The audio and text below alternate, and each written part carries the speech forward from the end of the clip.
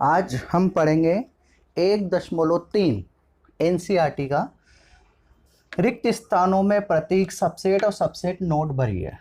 ये होता है सबसेट। सबसेट का मतलब होता है उपसमुच्चय और ये उपसमुच्चय नहीं का चिन्ह है। तो पहले समुच्चय के सभी अवयव दूसरे समुच्चय में विद्यमान हो, मतलब सारे अवयव जो हैं वो इस समुच्चय में मौजूद हो, तो ये आगे वाला जो समुच्चय होता है वो पीछे वाले समुच्चय का उपसमुच्चय कहलाता है, जिसे इंग्लिश में सबसेट बोलते हैं। तो देखिए 2 यहाँ मौजूद हैं, 3 यहाँ है, 4 यहाँ है, तो ये सारे अवयव यहाँ है। डेट मीन्स ये जो समुच्चय है पहला वाला, ये दूसरे वाले का उपसमुच्चय है। ठीक है। दूसरा देखिए ए यहाँ पर मौजूद नहीं है, तो ये सबसेट नहीं है। बी है, सी है, बट ए यहाँ पर मौजूद नहीं है। X:X आपके विद्यालय के 11th के विद्यार्थी, और उधर है आपके विद्यालय के विद्यार्थी। तो कक्षा 11वीं के जो विद्यार्थी होते हैं वो सारे के सारे विद्यालय के अंदर मौजूद होते हैं या नहीं होते हैं? होते हैं। इसलिए ये पहला वाला जो समुच्चय है वो दूसरे वाले समुच्चय का उपसमुच्चय है। किसी समतल में स्थित वृत्त है। किसी समतल में स्थित वृत्त का मतलब है ये समतल है, इसमें बहुत सारे वृत्त हैं, ये समुच्चय के अंदर और भी अनंत तक है। यहां पर एक समान समतल में स्थित एक वृत्त है जिसकी त्रिज्या 1 है।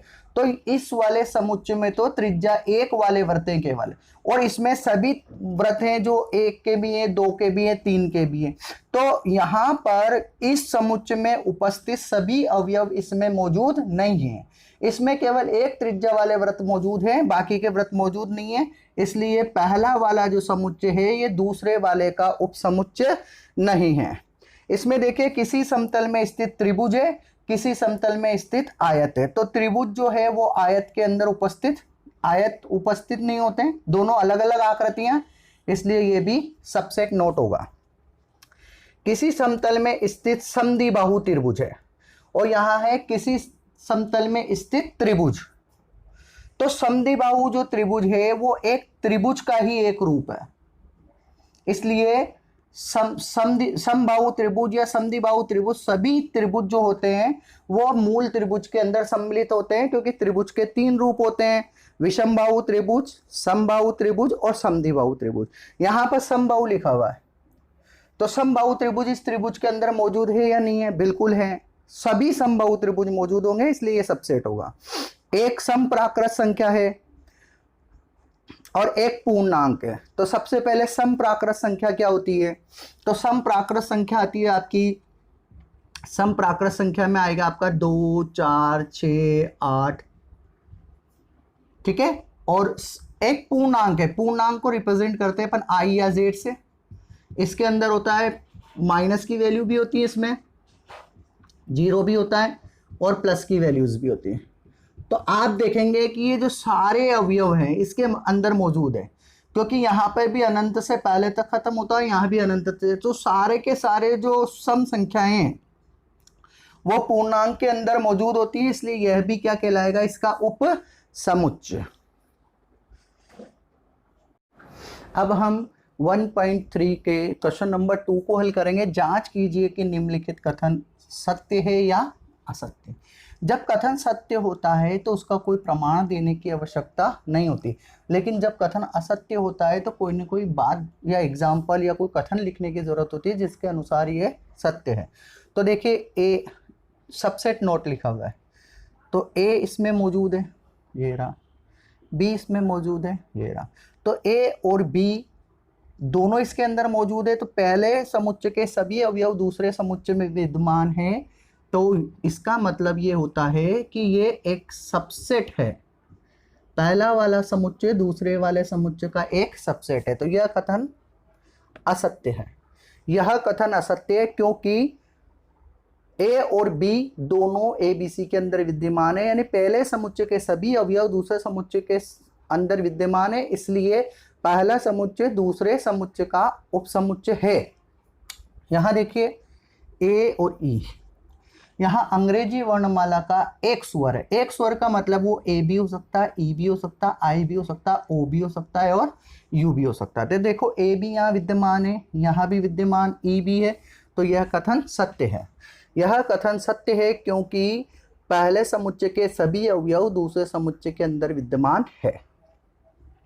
तीसरा कथन 1 2 3, तो देखो 1 3 है, यहाँ 2 मौजूद नहीं है, 2 यहाँ पर नहीं है, तो यह कथन असत्य है क्योंकि 2 दूसरे समुच्चय का अवयव नहीं है।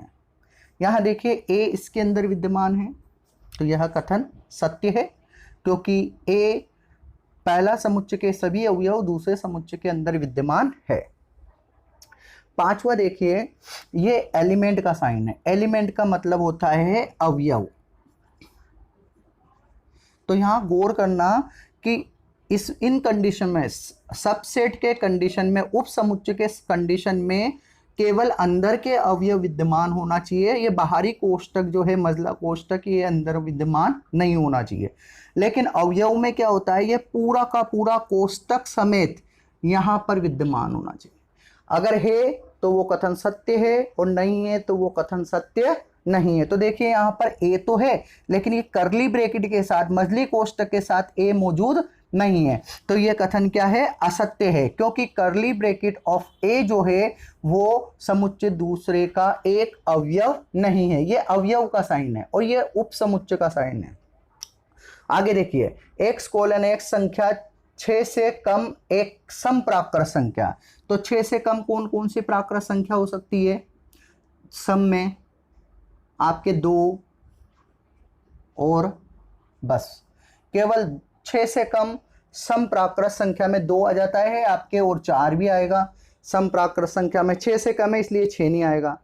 ठीक है, अब यहाँ पर वो बोल रहा है एक ऐसी प्राकृत संख्या है जो 36 को विभाजित करती है। देखो प्राकृत संख्या मतलब होता है नेचुरल नंबर, जो नंबर 1 से स्टार्ट होता है, इस तरीके से।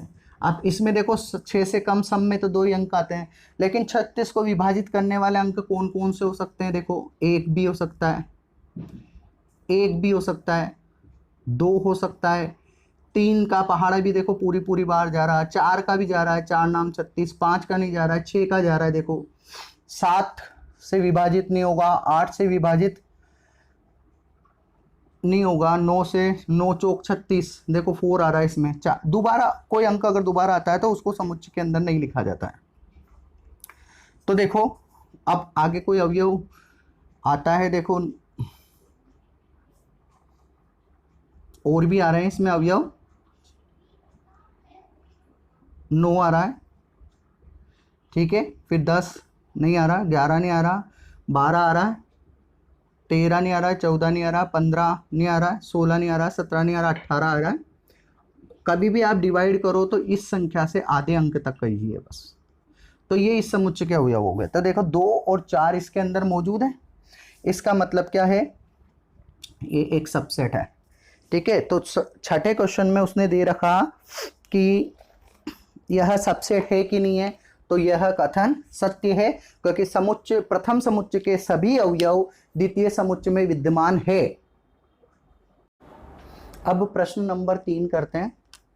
मान लीजिए कि A1 2 करली ब्रैकेट ऑफ 3 4, तो हमेशा याद रखना जब भी करली ब्रैकेट लग रहा है तो ये पूरा का पूरा एक अवयव है, 3 और 4 अलग नहीं है। मजला कोष्टक 3 4 एक अवयव है, ठीक है, और 5 एक अलग अवयव। निम्नलिखित में से कौन सा कथन सत्य है और क्यों? तो सबसे पहले इसे देखिए, यह सबसेट लगा हुआ, सबसेट का मतलब वो अंदर की वैल्यू इसमें होना चाहिए। तो देखिए 3 और 4 जो है वो इसका एक अवयव है या नहीं है? तो यह कथन सही नहीं है क्योंकि जो अवयव है वो अवयव है आपका करली ब्रैकेट ऑफ 3 4, ना कि 3 4। तो ये एक समुच्चय नहीं है। क्यों? क्योंकि मजला कोष्टक 3 4 एक सबसेट है। तो अगर ये पूरा का पूरा हिस्सा अगर अपन यहां पर ले रहे हैं तो वो कहलाएगा अवयव। इसका मतलब यहाँ ये होना चाहिए 3-4 एलिमेंट ऑफ ए, ऐसा होना चाहिए। क्यों? क्योंकि ये पूरा का पूरा वैल्यू इसके अंदर मौजूद है। जब ये सारा का सारा पूरा पूरा इसमें मौजूद होता है तो वो अवयव होता है। तो यह कथन असत्य है। क्यों? क्योंकि 3 और 4 जो है वो पहला वाला जो समुच्चय है वो ए का उपसमुच्चय नहीं है, वो एक अवयव है केवल। यहां देखिए 3-4 एलिमेंट, जब भी एलिमेंट लगेगा तो ये पूरा का पूरा इसके अंदर मौजूद होना चाहिए। तो देखिए पूरा सेम टू सेम मौजूद है, यानी मजला कोष्टक 3-4 एक अवयव है ए का। तो ये बात आपको समझ में आ गई यहां डिफरेंस। ठीक है, अब यहां देखिए, आप ये देखिए, ये समुच्चय, समुच्चय में क्या होता है, उपसमुच्चय में अंदर वाली वैल्यू होनी चाहिए यहां। तो देखो 3-4 के साथ करली ब्रैकेट लगा हुआ है, तो यहां पर वो दिख रहा है पूरा का पूरा, यहां पर नहीं दिख रहा था। देखो 3-4 था केवल, तो 3-4 नहीं, करली ब्रैकेट के मतलब कोष्टक के साथ 3-4 है। तो यहां पर देखिए करली ब्रैकेट के साथ 3-4 है, इसका मतलब यह कथन सत्य है। क्यों? क्योंकि आगे वाला जो समुच्चय है वो पीछे वाले का उपसमुच्चय है। एक बिलोंग्स टू ए, मतलब एक जो है वो पूरा का पूरा, या जो भी लिखा हुआ वो इसका अवयव है कि नहीं है। देखो ये कथन भी सत्य है। एक इज ए सबसेट ऑफ ए, तो देखिए अगर कभी भी सबसेट होता है तो एक करली ब्रैकेट लग के बनता। अगर ये सबसेट होता तो इस तरीके से लिखा था, इस तरीके से। तो यह कथन सत्य नहीं है, क्योंकि एक जो है वो समुच्चय ए का अवयव है। यहां पर इस तरीके से लिखा होना चाहिए, क्योंकि पूरी की पूरी वैल्यू यहां मौजूद है इसलिए। यहां देखिए 1, 2, 5, देखिए ये अंदर की वैल्यू यहां मौजूद है या नहीं है। तो देखिए 1, 2, 5 मौजूद है, तो ये जो है कथन सत्य है। क्यों? क्योंकि प्रथम समुच्चय के सभी अवयव द्वितीय समुच्चय के अंदर मौजूद हैं। यहां देखिए 1, 2, 5,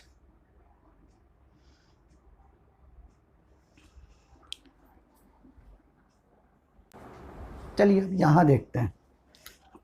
तो अवयव का मतलब क्या होता है, ये पूरा का पूरा यहां मौजूद होना चाहिए।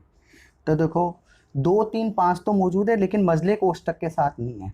यहां पर ऐसा होता कि 2, 1, 2, 5 इस तरीके से, और फिर 3, 4, तब ये कथन सत्य हो जाता। लेकिन यहां पे ये कथन क्या है, असत्य है। अगला देखिए 1, 2, 3 उपसमुच्चय लिखा हुआ था, तो 1, 2, 3 यानी उपसमुच्चय में अंदर वाली वैल्यू, एलिमेंट में पूरा का पूरा, उपसमुच्चय में अंदर वाली। तो 1, 2 तो है, लेकिन 3 नहीं है, क्योंकि ये पूरा का पूरा एक अवयव है। पहले भी बताया मैंने, ये पूरा का पूरा एक अवयव है, अलग अलग नहीं है ये। तो ये मौजूद नहीं है, इसलिए प्रथम समुच्चय दूसरे समुच्चय का उपसमुच्चय नहीं है। देखिए 5 एलिमेंट ऑफ ए, 5 का मतलब क्या होता है, 5 का मतलब होता है रिक्त समुच्चय। तो रिक्त समुच्चय को ऐसे लिखते हैं, तो यानी कि ये पूरा का पूरा यहाँ मौजूद होना चाहिए। एलिमेंट लग रहा है तो पूरा का पूरा, देखिए है क्या, नहीं। तो यह कथन असत्य है, क्योंकि 5 जो है वो उपसमुच्चय है ए का। आपका यह कथन सत्य है, क्योंकि देखिए 5। अब देखिए क्वेश्चन नंबर 10 पे चलते हैं। 5 उपसमुच्चय, तो 5 का मतलब होता है रिक्त समुच्चय। तो 5 के अंदर की जो वैल्यू वो ए के अंदर मौजूद है कि नहीं है। तो रिक्त संख्या हमेशा मौजूद होती है, हमेशा ध्यान रखिए। तो हमेशा एक नियम याद रखिए कि रिक्त समुच्चय सभी समुच्चयों का उपसमुच्चय होता है। यहां देखिए, यहां रिक्त समुच्चय, इसका मतलब क्या हुआ, यहाँ बिलोंग्स टू लिखा हुआ है, इसका मतलब क्या हुआ कि खाली कोष्टक अंदर मौजूद है। तो देखो खाली कोष्टक यहाँ कहीं मौजूद नहीं है, खाली वैल्यू मौजूद है, इसलिए यह कथन सत्य है। खाली कोष्टक मौजूद नहीं है, इसलिए यह कथन असत्य है। यहां ध्यान दीजिए, आप क्या लिखेंगे कि रिक्त समुच्चय सभी समुच्चयों का उपसमुच्चय होता है। यहां लिखेंगे रिक्त समुच्चय समुच्चय ए का अवयव नहीं है। देखिए प्रश्न नंबर 4, निम्नलिखित समुच्चयों के सभी उपसमुच्चय लिखिए। सभी उपसमुच्चय का मतलब होता है कि जैसे यहाँ जितने भी अवयव हैं उन सबका समुच्चय बनाकर उसका भी समुच्चय बनाइए। तो सबसे पहले देखो ए को देखते हैं अपन। ए के अंदर कितना अवयव है? केवल ए ही है। हमेशा याद रखें रिक्त समुच्चय को जरूर साथ में लिखें। सबसे पहले रिक्त समुच्चय, क्यों? क्योंकि रिक्त समुच्चय जो है वो सभी समुच्चयों का उपसमुच्चय होता है। अब इसमें एक ही अवयव है ए, इसलिए ए का एक समुच्चय बना दिया, और कोई अवयव होता तो उसका भी समुच्चय बनाना जाएगा। अब इसको आप कर्ली ब्रैकेट में लिखिए, क्योंकि अपन को क्या करना है, निम्नलिखित समुच्चयों के सभी उपसमुच्चय लिखिए। तो कर्ली ब्रैकेट मझले कोष्टक में इसे नहीं लिखें, क्योंकि आपको केवल उपसमुच्चय लिखना है।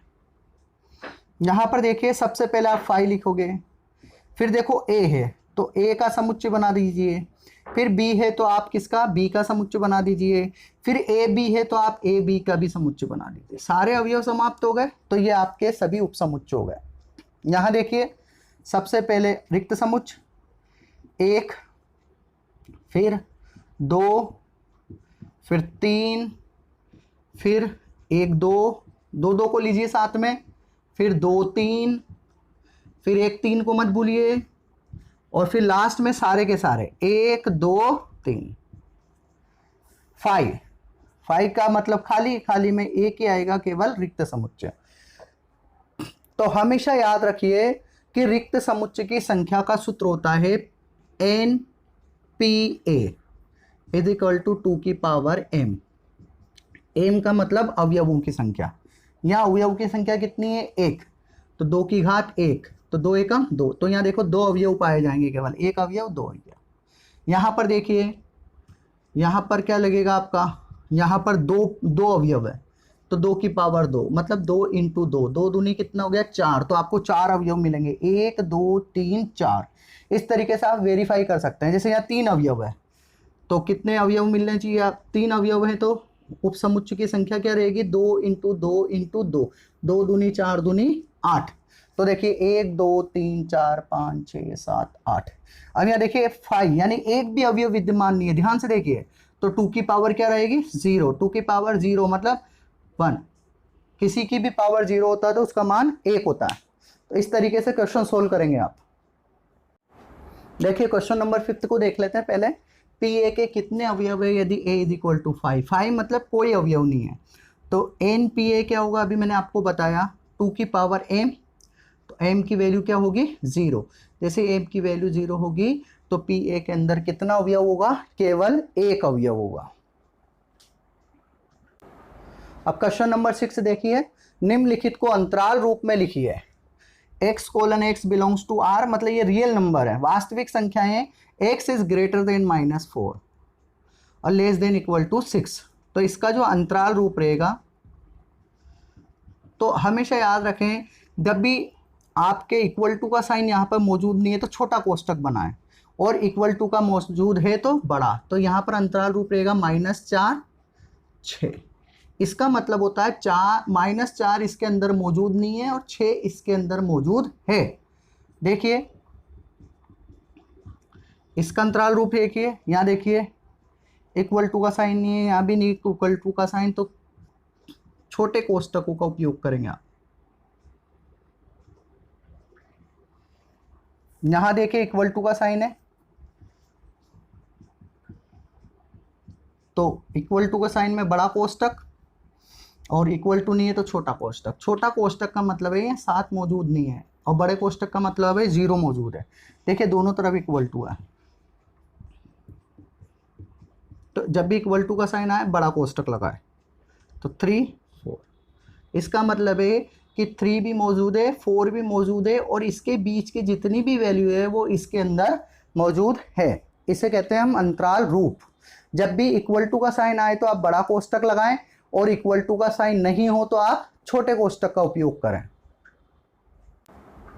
क्वेश्चन नंबर 7, निम्नलिखित अंतरालों को समुच्चय रूप में लिखिए। पहले था समुच्चय रूप को अंतराल रूप में लिखो, अब है अंतराल रूप को समुच्चय रूप में लिखिए। तो इसका समुच्चय रूप क्या होगा?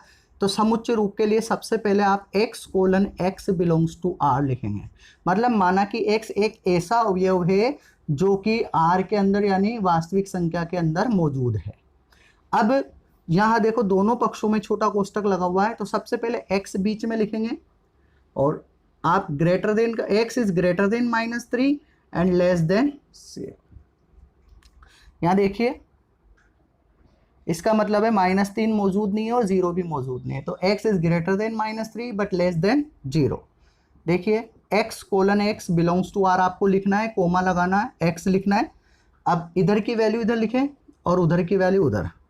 अब यहाँ ध्यान दीजिए बड़े कोष्टक लग रहे हैं तो आप इक्वल टू का भी साइन लगाएंगे। इसका मतलब है कि जो 6 है और 12 है वो दोनों भी मौजूद है, और कोष्टक बंद कर देंगे। इसमें देखिए x 6 12। अब यहाँ देखिए यहाँ पर बड़ा कोष्टक है तो आप इक्वल टू का साइन लगा दीजिए, छोटा कोष्टक है मत लगाइए। इसको देखिए, यहाँ देखो,